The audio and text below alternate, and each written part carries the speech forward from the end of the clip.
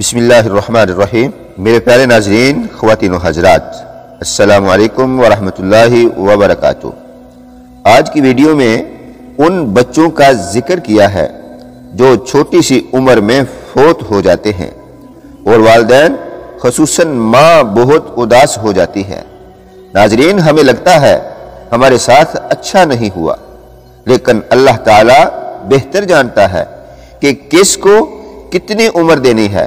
مگر یاد رہے، بچے کے فوت ہونے کے بدلے میں اللہ تعالیٰ والدین کو کتنا اجر عطا فرماتا ہے۔ آج اسی موضوع پر قرآن و حدیث کی روشنی میں بات کریں گے۔ آپ دیکھ رہے ہیں یوٹیوب چینل ایگل کی آواز۔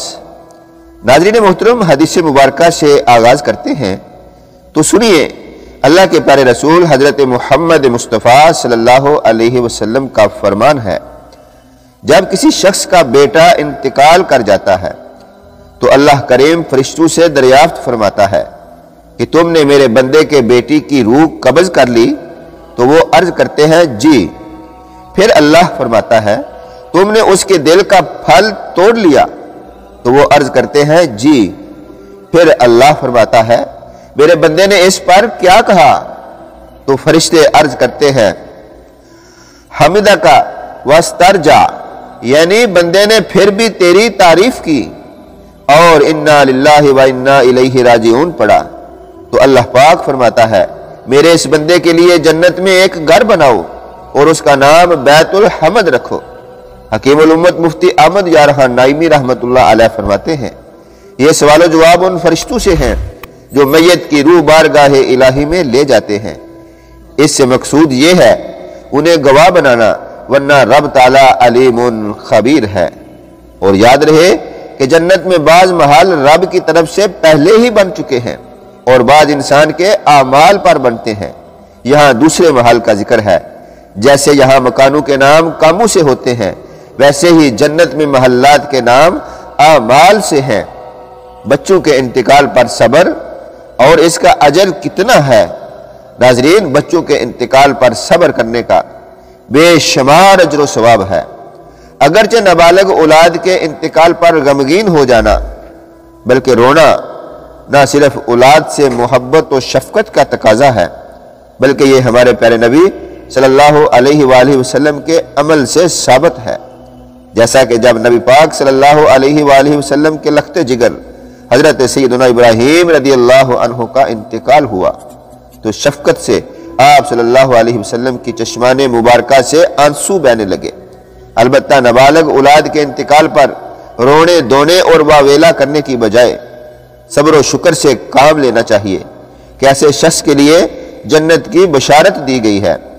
چنانچہ رسول اکرم شہنشاہ بنی آدم صلی اللہ علیہ وسلم نے ارشاد فرمایا جس شخص کے 3 بچے بالغ ہونے سے پہلے انتقال کر گئے، وہ 3 بچے اس کے لیے جہنم کی راہ میں مضبوط ترین رکاوٹ ہوں گے۔ حضرت سیدنا ابو ذر رضی اللہ عنہ نے عرض کی میرے 2 بچے وفات پا چکے ہیں۔ فرمایا اور 2 بچے بھی رکاوٹ ہوں گے۔ حضرت ابی بن کعب رضی اللہ عنہ نے عرض کی میں اپنا 1 بچہ آگے بیچ چکا ہوں۔ فرمایا اور 1 بچہ بھی جہنم کی راہ میں رکاوٹ ہوگا۔ حضرت سیدنا ابو سلمہ رضی اللہ عنہ سے روایت ہے کہ نبی کریم صلی اللہ علیہ وآلہ وسلم نے اپنے دست مبارک سے 5 چیزوں کا اشارہ فرمایا جو میزان پر سب سے زیادہ وزن والی ہیں۔ نمبر 1 سبحان اللہ، نمبر 2 الحمدللہ، نمبر 3 لا الہ الا اللہ، نمبر 4 اللہ اکبر، اور 5 کسی مسلمان شخص کا بچہ مر جائے اور وہ اس پر ثواب کی امید رکھتے ہوئے صبر کرے۔ ناظرین محترم، توجہ طلب ہے۔ ایک شخص اپنے بیٹے کے ساتھ حضور کی بارگاہ میں حاضر ہوا کرتا تھا۔ آپ صلی اللہ علیہ وآلہ وسلم نے اس سے دریافت فرمایا کیا تو اس سے محبت کرتا ہے؟ اس نے عرض کی رب کریم آپ سے ایسی محبت فرمائے جیسی میں اس سے محبت کرتا ہوں۔ پھر کچھ دن بعد سرکار صلی اللہ علیہ وآلہ وسلم نے اس بچے کو نہ پایا تو استفسار فرمایا کہ فلاں کے بیٹے کے ساتھ کیا ہوا؟ صحابہ کرام نے عرض کی یا رسول اللہ اس کے بچے کا تو انتقال ہو گیا ہے۔ آپ صلی اللہ علیہ وآلہ وسلم نے اس بچے کے والد کو تسلی دیتے ہوئے فرمایا کیا تو اس بات پر خوش نہیں کہ جنت کے جس دروازے پر جائے تو اپنے اس بچے کو پائے اور وہ تیرے لیے اس دروازے کو کھولنے لگے؟ سبحان اللہ۔ مسند امام احمد میں مزید یہ بھی ہے کہ ایک شخص نے عرض کی، یا رسول اللہ، کیا یہ خاص اسی کے لیے ہے یا ہم سب کے لیے ہے؟ فرمایا، بلکہ تم سب کے لیے ہے۔ خواتین و حضرات، مصیبتوں تکالیف پر صبر کرنا چاہیے۔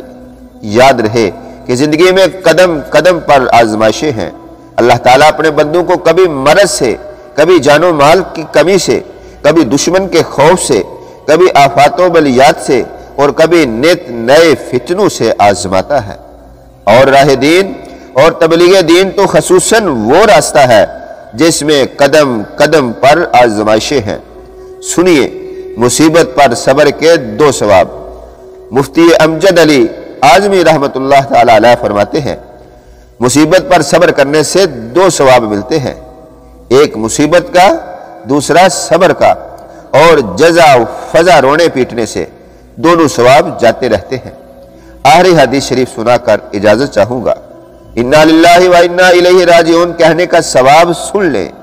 سرکار مدینہ صلی اللہ علیہ وآلہ وسلم نے فرمایا، جسے کوئی مصیبت پہنچے اور وہ مصیبت کو یاد کر کے انا للہ و انا الیہ راجعون کہے، اگرچہ اس مصیبت کو کتنا ہی زمانہ گزر چکا ہو، تو اللہ پاک اسے ویسا ہی ثواب عطا فرمائے گا جیسا مصیبت پہنچنے کے دن عطا فرمایا تھا۔ ناظرین، یہ مضمون جاری ہے۔ نیکسٹ ویڈیو کے مضمون دیکھنے کے لیے چینل کو سبسکرائب کر لیں۔